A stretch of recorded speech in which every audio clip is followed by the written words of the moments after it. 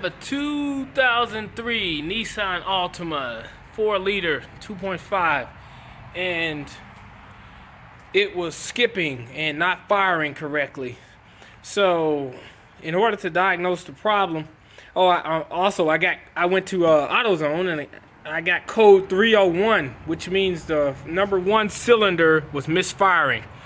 So first thing I did was come in and replace the spark plugs, all of the spark plugs. And my car has 150,000 miles on it, and I've never changed the spark plugs, believe it or not.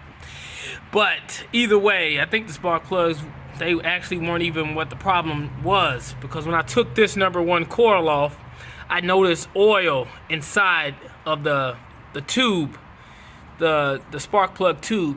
So what I had to do was go to Nissan. That was the only place I could find this.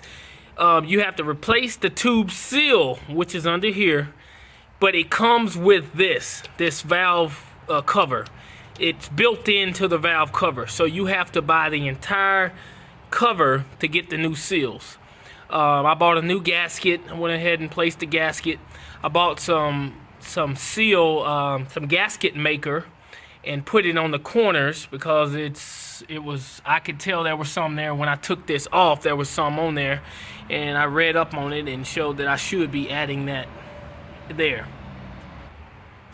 Okay, so then after I replace the cover, which was fairly easy, all you have to do is, when you take it off, is disconnect this hose. There's a hose right here underneath. It's hard to see in this video. And pop this one up here. I took these bolts off, this bolt off. Of course, I took these off and pulled them out. And then I took all 10 of the valve cover bolts off. And then you pop it off, put the new one on with the gasket, put a little gasket maker down there, and you put everything back in, put all the nuts and bolts on, and you're good to go. But here's what I have. After I put it all back together, it still was misfiring. It still was skipping and sounding like crap. So what I had to do was go spend $80 to buy a new ignition coil. And what I think happened is the ignition coil was damaged and had a short in it, because oil had gotten all inside of it, and it shouldn't have. So I spent $160 on Nissan on this.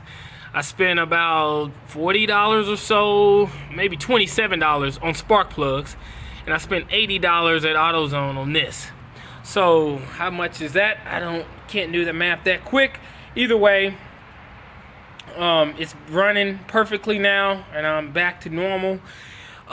Just know that the only issue you really have to worry about is these 10 that are on the valve cover. When you're putting them back on, you have to put them on in a certain order.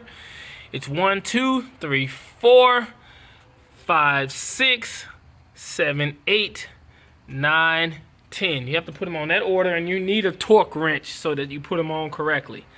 Anyway, if you have any questions, hit me up in the comments. But Dr. Logic, I'm out.